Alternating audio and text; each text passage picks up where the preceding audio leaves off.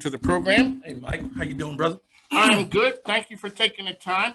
So when we talk to you, we see out there Richmond has really come through the pandemic nicely. It's one of the top places for tourism, people relocating here.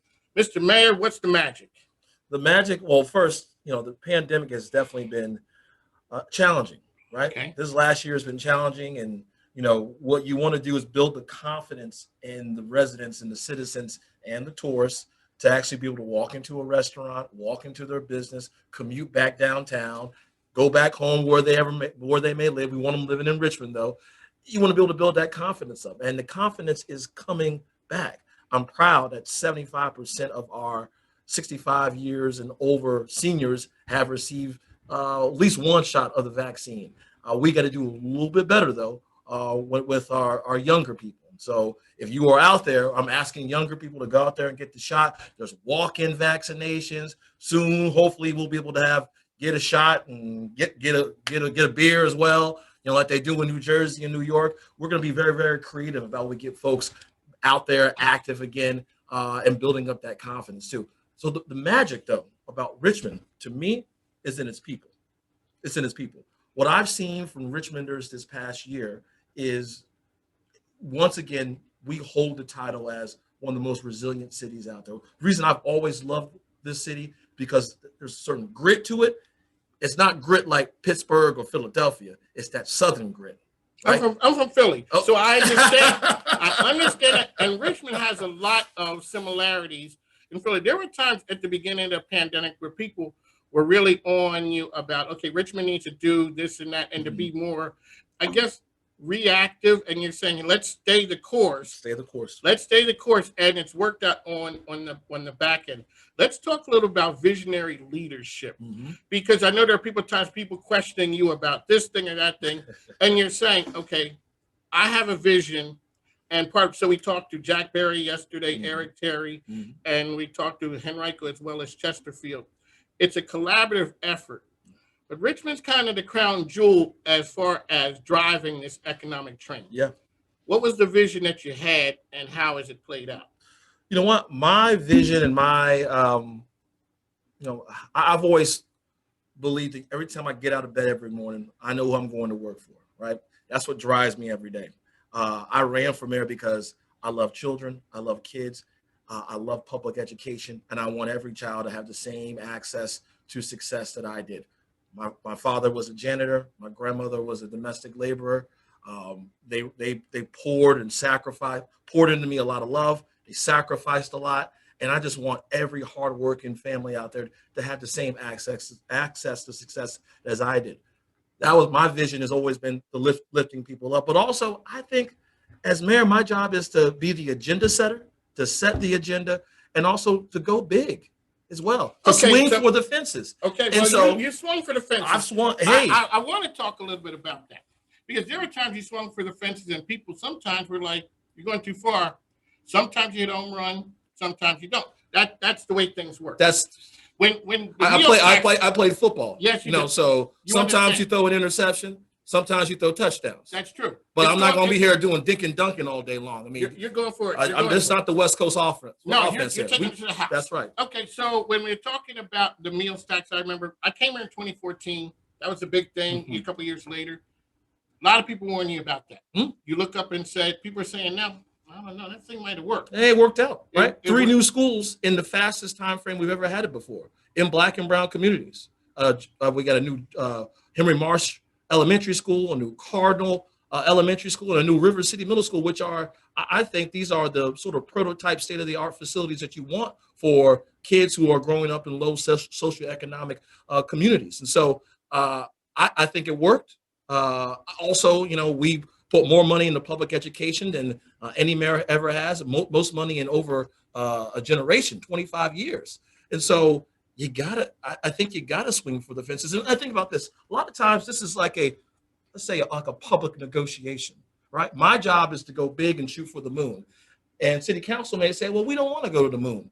We just may want to go to a planet a little bit closer than the moon. And you know what? I'm okay with that, because I think this job and governing is about the art of the achievable, right? I'm not going to get everything I want. The art of the achievement. I'm not going to get everything I want, but I'm always willing to compromise in order to move the ball forward. Here's the thing.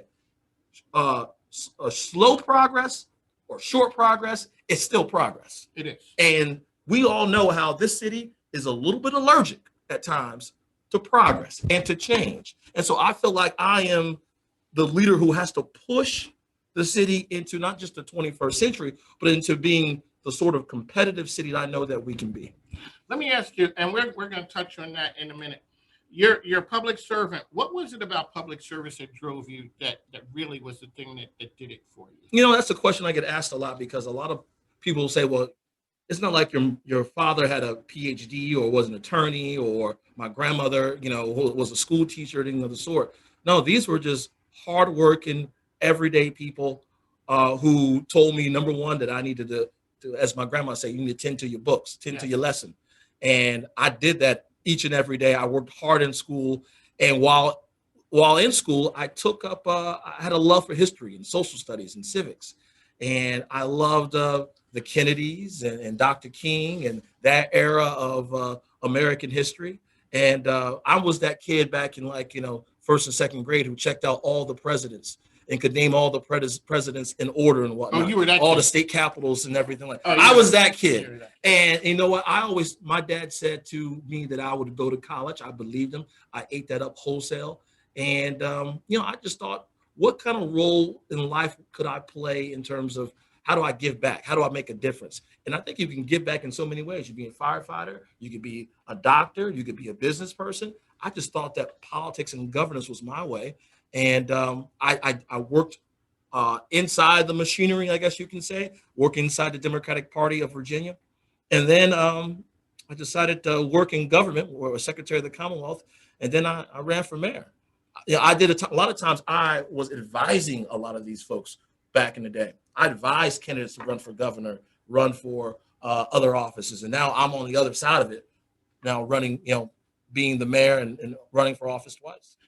This is a business show. On the mic with Mike, Mayor Stoney here, ESPN Richmond 106.1. That's where you find us 5 to 7 a.m. We're also on The Choice 105.3. What we're doing is we talk to game changers or folks who are out there making a difference. Sir, you brought up history, and I want to ask you, what is history going to say about LeVar Stoney 100 years from now regarding the statues? Well, I think my team knows this as well, that, I've told them from day one that I don't want to be inconsequential. No, you're okay. When you swung for the fences, you went there. I know who my predecessors are, who they were, and I don't want to be inconsequential. I want to be, I want this to be an administration of significance. And I know what historians may want to write.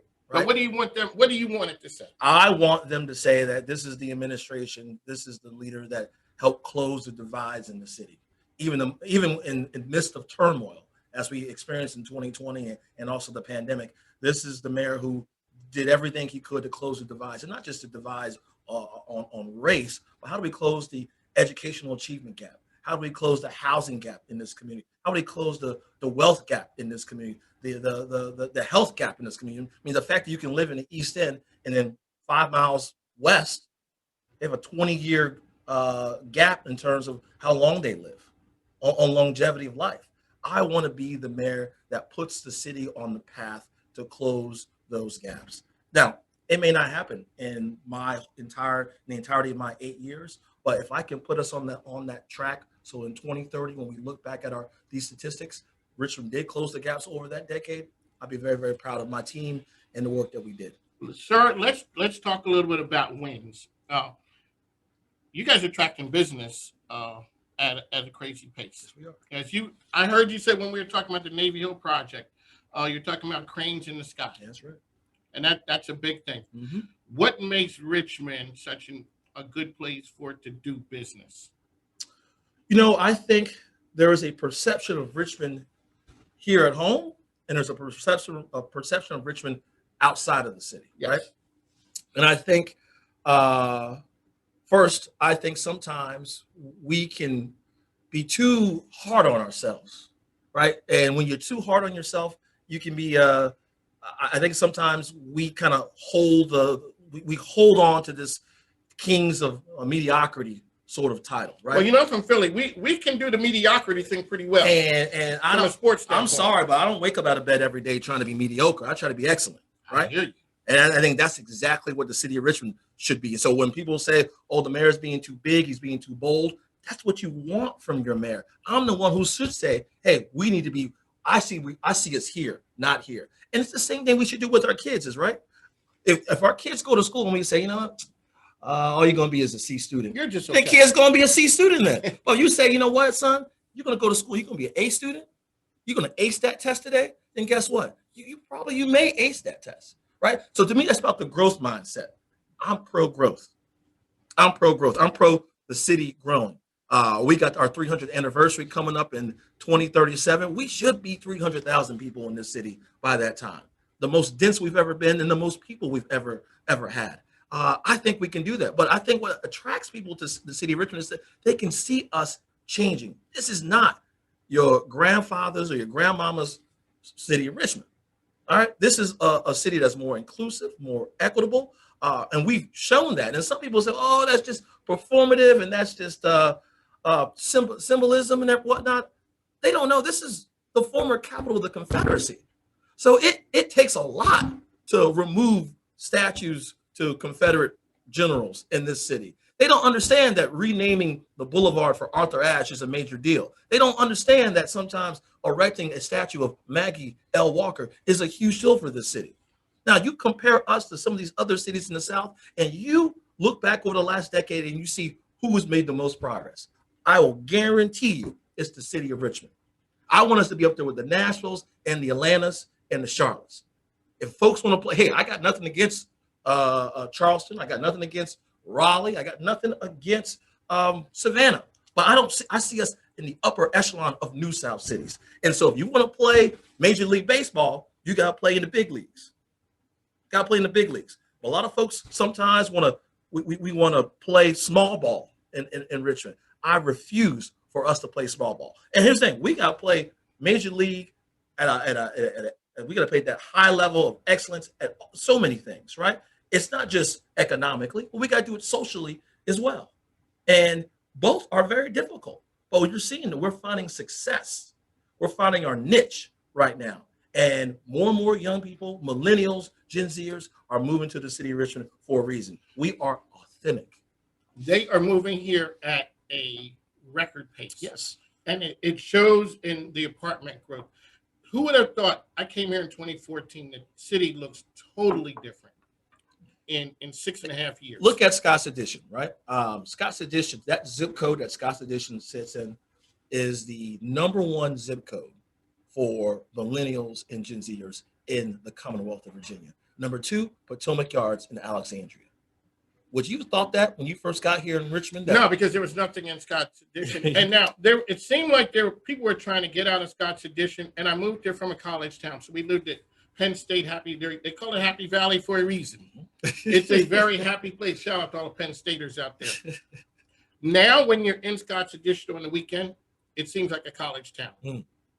Because the energy that's there, the growth that's happening there, it's the optimism. Young people believe that the world could be a better place. That's right. That's what this program is. We work with game changers every day. Mike King, Mayor Stoney here talking about the thing that's going on in Richmond. Mayor, let's go down a list of the accomplishments that you want to hang out on and say, hey, this is what we're doing, and we're really proud of it. You know, one of the first things that I did that I ran on in 2016 was how to go about expanding after school programs to every elementary school and every middle school in the city. Some thought it was something that was out of reach.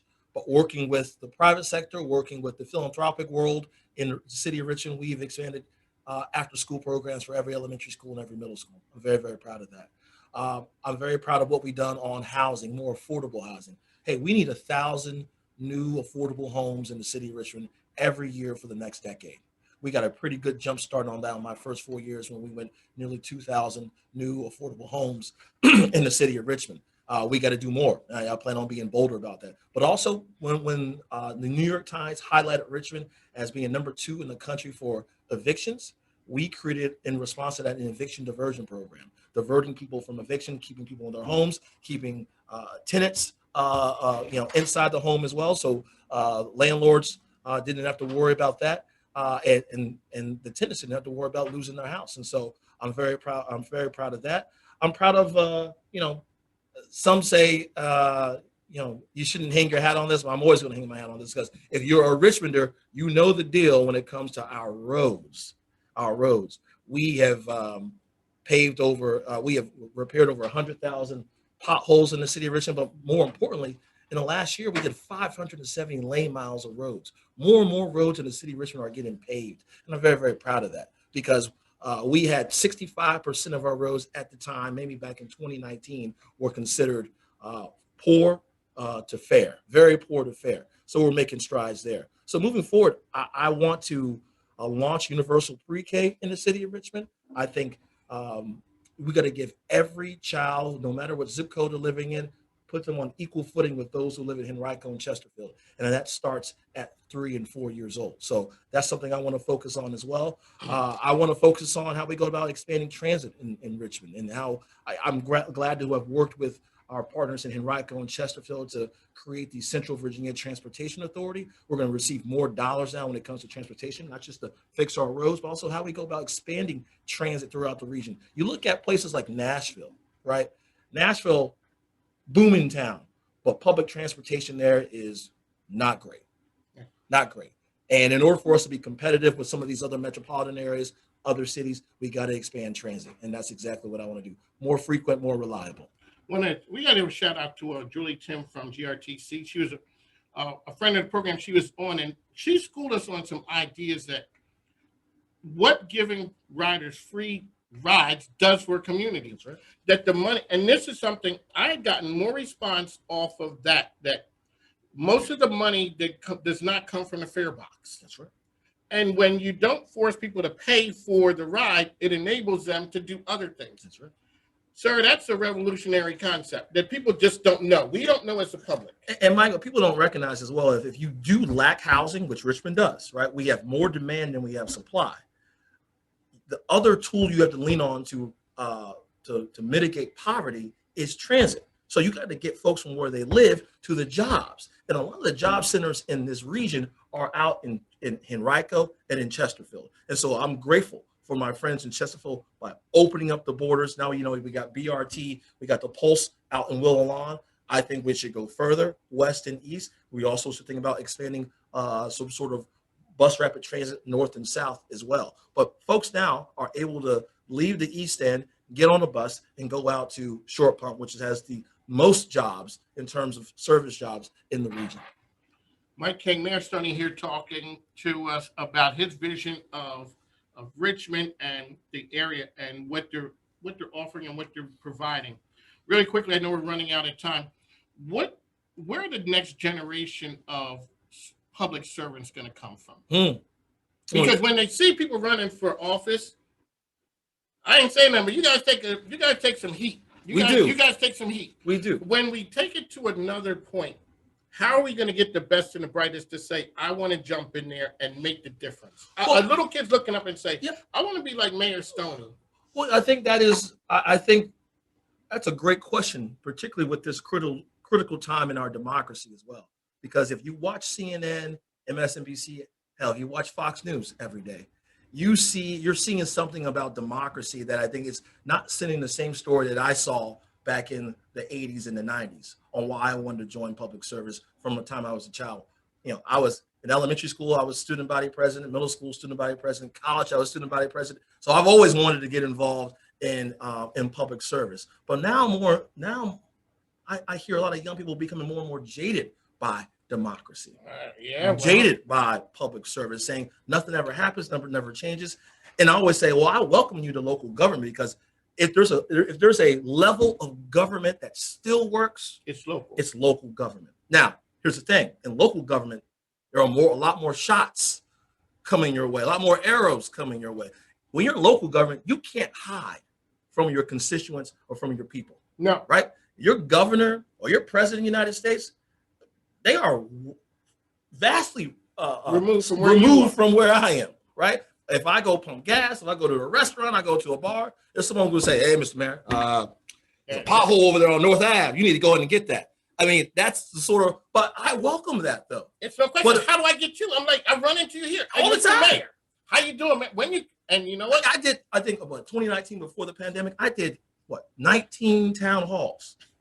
Right, I was on my feet for a whole day doing 19 town halls around the city. That's more than any elected official in the Commonwealth of Virginia does. But I love this. And here's the thing: I tell young people this as well. If you don't like people, then you probably should not get involved in this realm of public service. I think that's safe to say. I mean, if you don't like people, this is not the job for you. But if you love people, this is the job. And here's the thing: you're going to have good days and you're going to have bad days. But guess what? You are, if you're like me, if you want to try to push the ball forward and create progress, you're going to see some good results at the end of the day. It all won't happen at once. So if you're one of those folks who need to have instant gratification, this may not be the job for you.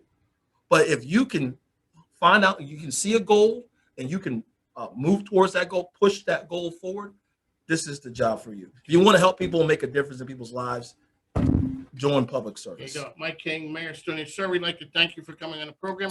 How can people get in touch and take in all the resources that the city of Richmond has to offer? Well, first, I have my own website, LeVarStoney.com. And you can go to rva.gov as well. Check out that website. It has all our resources, whether it's about the pandemic or how you can just access city services in general. One of Mike with Mike. Mayor, we'd like to thank you for coming on. One of Mike with Mike, the best business radio program around. Why? Because we bring you the best and the brightest. We'd like to thank our show sponsor, Tom Childry, the credit card, and Andy Taylor from Junk Pluggers. With that being said, we'll be back on the other side.